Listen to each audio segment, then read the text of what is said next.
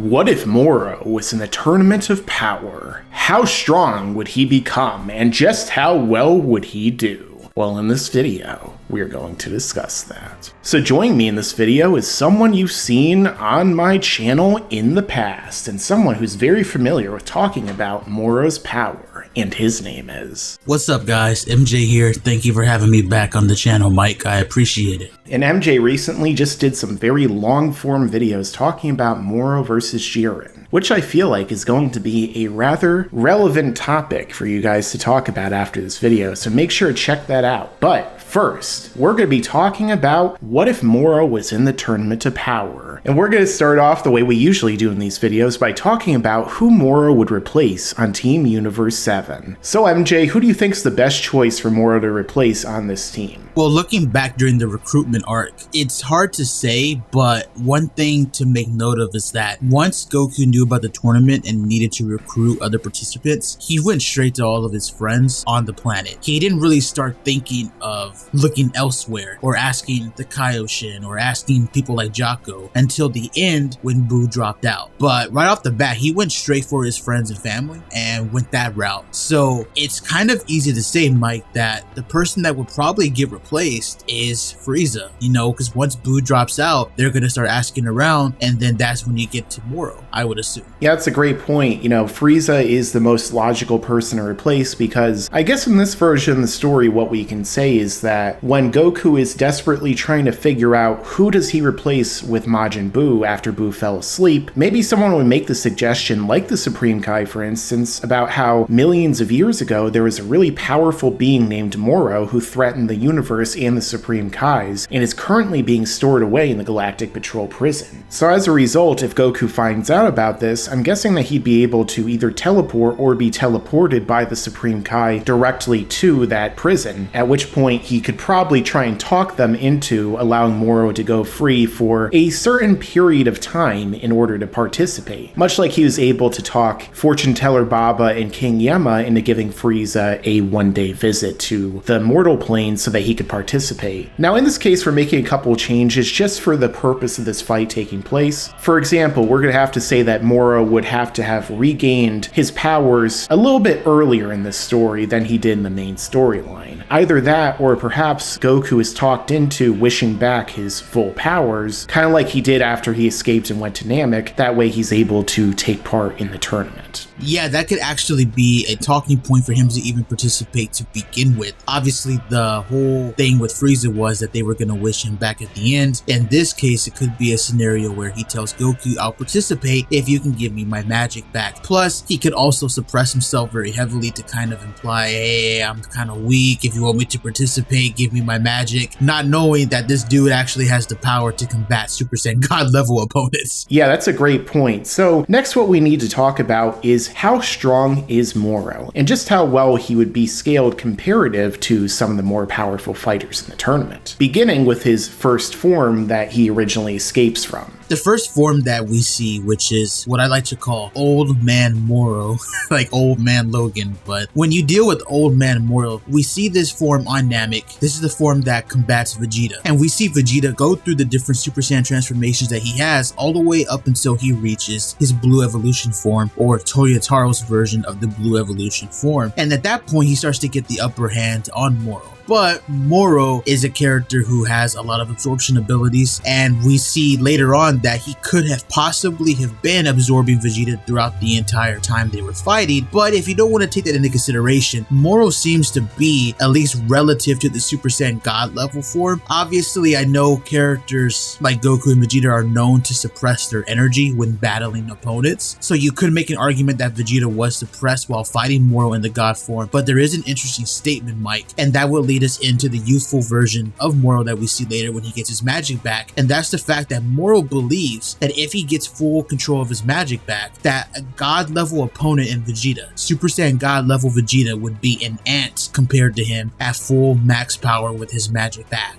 A simple scale here would be Old Man Moro being relative to god level opponents, if not maybe a tad bit weaker, depending on if you think Vegeta was holding back. And then you would have Moro, the youthful version of Moro that we see, the one who gets his magic back and he's not as old anymore, that being someone who can stomp god level opponents in his mind. Yeah, so when it comes to Moro's magic being unlocked, it's never really explained entirely what that is. At first it seemed like it may have been something along the lines of like Demon King Piccolo, to where he had his youth restored to him, which gave him back his full youthful prime powers. However, with Moro, it seems like an ability that he possesses is the ability to not only absorb people's energy, but then use their energy to regenerate his body. Kind of like, I believe, Shang Tsung from the Mortal Kombat series, in which he starts out as a really old man, and then he uses their powers to actually undergo a physical metamorphosis, which causes him to become younger. So when it comes to having his full power or magic unlocked, which he did on Namek, that's one of the things I do kind of question what that really means, you know? I know this arc wasn't really the most consistent, but neither was the Tournament of Power that this is taking place in anyway. So the question is, when he had that power unlocked, does that affect his regeneration and the amount of power he's able to absorb and continue to rise through? Or perhaps was it only referring to his other abilities? Because as we're going to talk about shortly, Moro has a lot of other abilities that we didn't even know about at first beyond simply the energy draining. But when it comes to the forms that we saw earlier in the arc and really up until, I guess, his fight against Goku as Ultra Instinct Sign, I could see him theoretically reaching all those forms in the Tournament of Power, because even if Moro doesn't have the chance to absorb tons of worlds and Goku and Vegeta over and over again, he still does have 79 other fighters in the tournament, even his own team if he wants to drain them a little bit, who he could just take energy from and power himself up and regenerate himself. So I could theoretically see him getting just as strong perhaps as he was when he fought Ultra Instinct Sign Goku. And as we know, Goku at that point in the arc had been training under an Angel Maris for a few months inside of his own hyperbolic time chamber, which powered him up significantly to the point that he could tap into Ultra Instinct Sign at will. And of course was significantly more powerful than before, to where he was making even a Gohan who had fought Kefla in the Tournament of Power and then went on to train even more afterward to prepare to fight Moro look like pretty much nothing by comparison in his like blue form. So as a result, I would have to say that Moro could theoretically, before even getting into some of the crazier abilities that we see later on, have the chance to combat perhaps some of the most powerful fighters, or at least be comparable to them, if not even stronger, which is something we'll certainly discuss. So let's also talk about some of Moro's other abilities as well here, because beyond simply energy draining, the guy has a veritable smorgasbord of abilities that he can use against his opponents, such as one of the ones that we see early on, with that being planetary control, where he's able to use the very planet itself, such as the molten core of the planet, to form lava shields and attack his opponents with, although really in the Tournament of Power that wouldn't really be helpful unless for some reason the tournament stage has a molten core, which didn't really seem like it when they kept blowing it apart. But I also think one of his most powerful abilities that would really help greatly in this tournament as a support ability would be his ability to not only absorb the power of other fighters, but also to take the energy that he's absorbed and give it to other fighters, to where he could potentially give a ridiculous amount of energy to characters like Krillin, Tien, Master Roshi, even Goku and Vegeta, Piccolo, Gohan, etc., and power them up far beyond what they normally would be able to, or even theoretically when they're getting tired from their fights, which is something that we see happening throughout the tournament, Moro could just continually give them more energy and heal them, so they won't have to constantly be fighting on fumes. They'll be able to be restored to full power. Moro giving energy to the other fighters is actually a very good point, Mike, because if you remember in the Moro arc, unlike the Galactic Patrol prisoners, Krillin, Roshi, Tien, these are all incredible martial artists with tons of years of experience who understand the ins and outs of ki, chakra, their body, etc., life energy, and so on. So these guys would actually know how to handle the energy that Moro was giving them instead of just letting it blow up in their bodies until they pretty much just die. You know, these guys would have extreme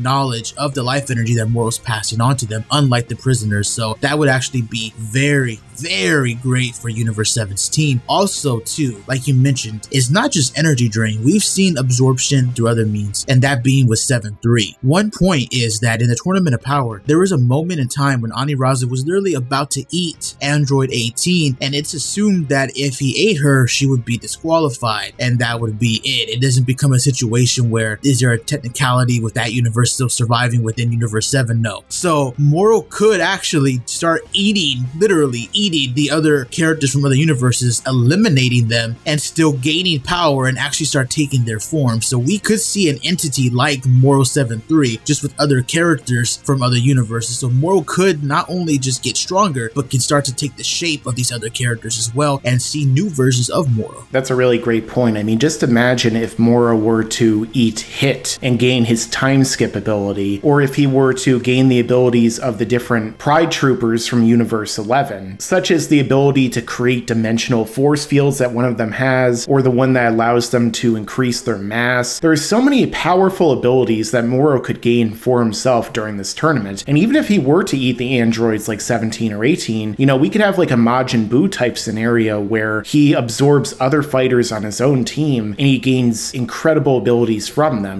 For example, Piccolo's regeneration, which is something he got through 7-3, but he would be able to theoretically get if he were to, say, absorb the Namekians or even Piccolo, or if he were to, say, absorb like Android 17 or 18, there's a chance that he could have infinite stamina on top of energy training. So this really goes to show you just how incredibly overpowered Moro really is compared to most of the fighters in the tournament and really most villains throughout the course of Dragon Ball.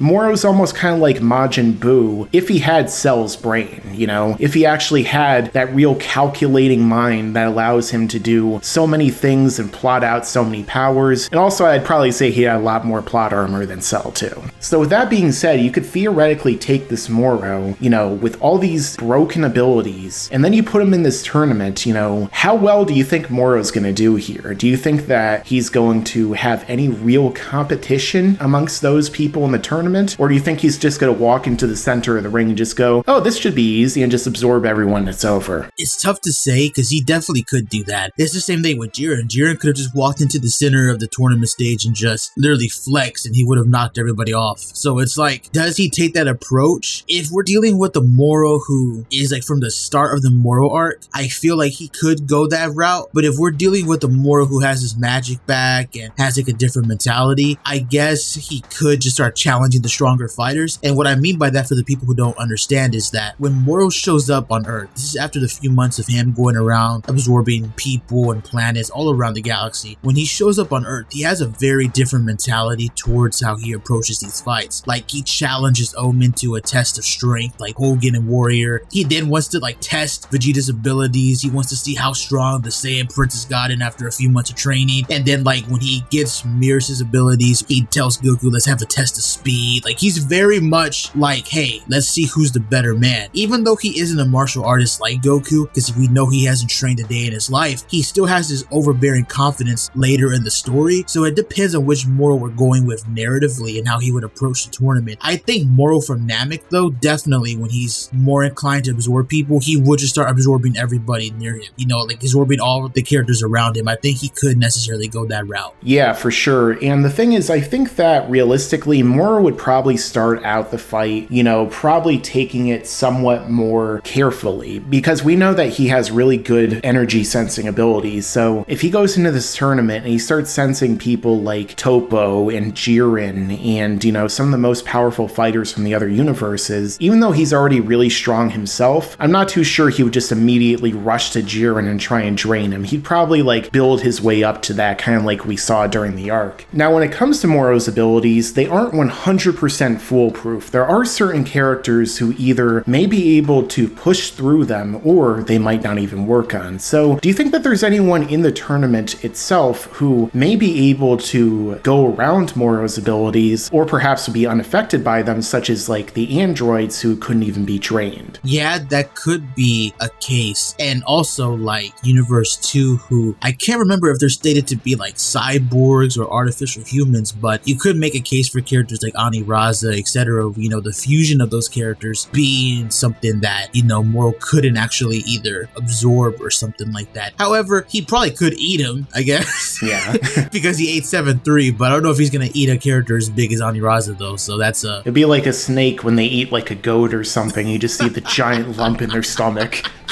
Right, but yeah, you could run into characters like that, because one thing to make note of when it comes to Tournament of Power is that a lot of characters that participated weren't exactly powerhouses. A lot of them had a lot of hacks abilities, so you could have characters who may actually outdo Moro when it comes to hacks. Like, there was that one weird character that Roshi fought who could like create illusions and warped like everything around her, so it could be interesting to see the type of characters he goes up against, but I would say that more likely than not, because as long as they're touching the tournament stage and as long as they're like in close contact, Moro should be able to absorb most of them. Maybe not Universe 3, I believe, which is the tech universe. Maybe not them, but most of them he should be able to. Now, what about Dyspo if he were to use his extreme, like, faster than light speed that he uses later at the end of the tournament? Do you think that it would have a similar difficulty absorbing his power, kind of like with Goku's Ultra Instinct? Because before the fight happened, it didn't really seem like it worked this way, you know? But when Goku was fighting Moro with Ultra Instinct, they made it seem like he couldn't just easily absorb him because he was so fast. So the question is, like, would he be able to instantly just drain Dyspo, or would he actually have to, like, catch him and do it first? Maybe it could be that way, but I would be inclined to say he could absorb him, just going off of how strong we think Moro is. Because Moro couldn't hit Omen, you know, maybe he could still hit Dyspo, because Dyspo isn't necessarily dodging on his own, like his body moving on his own. He's more likely than not thinking of ways to counter Moro, and Moro should be able to kind of put two and two together and predict his movements like we've seen other characters do in the series, if that makes sense. And I still feel like that scene was a little BS, because there is one scene where Moro literally has Goku in a bear hug. You mean to tell me he couldn't absorb him right then and there? And then, like, when Goku is using mastered or complete, perfected, whatever you want to call it nowadays, Ultra Instinct, and Planet Moro is able to grab him and, you know, drain his power, then it's like, well, I mean, if he could do it in a mastered version, I'm pretty sure he could do it before too, but oh, Toyotaro. Moro fell victim to the whole, I have a bunch of abilities but only use like one or two when necessary, and then forgets the rest of them. I mean, just look at the last chapter. You're telling me Goku couldn't just do the Teioken right in front of Planet Moro and then just go break the crystal instantly? So, you know. Yeah, exactly. And then there's also the thing is, like, do you think Moro would be able to theoretically take over the tournament stage and turn it into his own body? Because it is made of Kachikachin, which is a naturally occurring metal that probably comes from like a planet or something, kind of like other metals on our Earth. So could he theoretically merge with the Kachikachin and turn his body into like a completely indestructible form? Right, that could actually play a factor, because that could be like a natural element. So he could go into that route and take over the tournament stage. But this leads to the big main event of the tournament, Moro versus Jiren. And with everything that we've seen about Moro's abilities and Jiren's power, who do you think is going to win here? If we're talking about Moro, who just got his magic back, and not a Moro who has been absorbing all sorts of characters and planets, regular Moro with just his magic back, Jiren should still be stronger than him. But depending on how this goes, Moro could become stronger than Jiren. Now, I want to make note of something though. People have to remember, Jiren is a superhero. He's a Pride Trooper. He comes from a super heroic team similar to that of the Avengers. All of these characters are not bad guys. Jiren is not a villain. He is a good character. He saves people. With that being said, you could make a point that once the tournament starts, Jiren and Universe 11 may go straight for Moro. And what I mean by that is, when you look back, right when Goku very first encountered Moro, not on Namek, but when he was looking for him via instantaneous movement, he senses Moro, right? And Moro's not even doing anything. Moro's literally just chilling. He's not using his full power. He's not in a combative state or nothing. He's literally sitting in his ship, and the energy that Goku senses, he describes as being the screams of millions of souls. So characters like Jiren, Toppo, and Dyspo, and any of the other Pride Troopers, if they sense that same energy and they're like, holy shit, this is the most dangerous energy I've ever felt, this guy's a legit murderer, they may go knock him off the stage immediately to stop him from hurting anybody else, because they may think he might cross the line and actually murder some of these characters. characters. Even though, killing's not allowed, they may not trust this guy's judgment and they may get rid of him immediately, because when you think about it, not many characters on that stage were as deadly as Moro. In fact, most of them were kind of chumps. Even the characters like Universe 9, who were stated to be a ruthless universe and you fight for your survival, even they were kind of,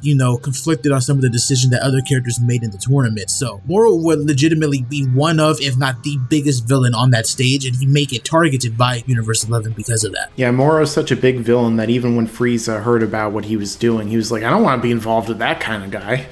Right? So Jiren may go straight for Moro the same way he went straight for Kel when Kel powered up and he sensed that rage aura, that rage key. So he may go straight for Moro knowing that this guy is a legitimate villain. Yeah, it's certainly a possibility. With that being said, I feel like if Jiren were to fight Moro right away, unless Moro can somehow drain him fast enough to where the difference in their power becomes to where Moro can fight him, or where Moro is more powerful than him, Jiren would beat him for sure. He'd just punch him once and he would go flying out of the ring. But if Moro has been powering himself up throughout the course of the tournament, and then he still was able to drain Jiren, then I definitely think he'd be able to win, because I know that people have different opinions about this for sure, but if we were to just randomly transplant Moro from maybe even before he was Moro 7-3 when he's fighting against Saiyan Goku, I think there's a good argument that he could be rivaling Jiren's power at that point. And the same thing goes for maybe Goku and Vegeta, just because of how strong they got in this arc. But again, it really depends on just how many times stronger was Jiren than like Blue Evolution, Vegeta, and Kaioken times 20 Goku, Like if Ultra Instinct gives you a 10 quadrillion times multiplier, then obviously there's a big difference there. Right, but both characters have similar feats of taking out and KOing Evolution Vegeta and Omen Goku with literally just one shot. However, like you pointed out though, Goku and Vegeta have gotten a lot stronger than his arc, so Moro was one-shotting a stronger Omen and a stronger Evolution. So with that being said, I'm pretty sure that Universe 7 would win here just like they did originally. However, that comes down to what their wish would be. Because with Moro now in the mix, and perhaps being the one to finish the entire tournament himself, the question is, what do they wish for? Will they still pick the same kind of wish that they originally went with, or will Moro try and manipulate it to get some kind of evil, selfish wish? It could be a scenario similar to that of the Moro arc. He could actually wish for the prisoners to be released. He could wish for the Galactic Patrol to be no more, or something along those lines, to the point to where he knows that he's not going back to prison. That could be a case. I don't know, but he should still be a villain. I don't think Moro being in this tournament is somehow going to shape his entire view, etc. Because unlike Jiren was already a good guy, so it's not like Goku turned him from a villain into a hero in 48 minutes. He just changed his point of view when it comes to realizing what strength and trust means. The same thing with Frieza. Frieza has history with a lot of these characters. In the ROF, he was already starting to respect Goku, so it wasn't like a scenario where Goku again changed his whole entire point of view within just 48 minutes. So Moro should still be a villain at the end of this, and him having the wish could possibly be a very, very bad thing, unless Goku just asks Zenos to erase him right then and there. That happens to be it. So it's Future Trunks arc all over again. Hey Zeno, can you erase this evil villain that I can't beat? Okay. I mean, bro, think about it. They were all tired at the end of that tournament. Remember how Goku's eyes were like barely even open as he was like trying to shake Jiren's hand? Like none of them, besides the Angels and Zeno, none of them are fucking with Moro, especially if this is a Moro who has been absorbing everybody throughout the whole tournament. It could be that he's right about to make an evil wish, and then like Whis just seals him away like he said he was going to do with Zamasu. Or maybe even Beerus shows up and puts him in a Z-sword. Who knows? But I feel like, obviously if Moro wishes for something selfish, Zeno's going to erase everyone because apparently that was a part of his evil plan, even though he never even mentions that in the manga. But then otherwise, I feel like they'd probably just wish for the same thing, bring back all the other universes, and maybe even Moro would do that. Maybe Moro would be like, hey, wait a second, there's a bunch of other universes I can absorb. Okay, I'll wish them back, and then I'll take them over. So with that being said, I believe that we demonstrated that if Moro was in the Tournament to Power, things would be a lot different, as his incredible powers to drain people's energy, absorb them, and do a bunch of other crazy stuff would probably push the edge even further in Universe 7's favor. But what do you guys think? Let us know in the comments down below. Check out MJTV in the end screen and the description. Make sure to like, comment, share, and subscribe, and thanks for watching, and make sure to stick around because there's a lot more to come in the future. Yeah, and you better subscribe.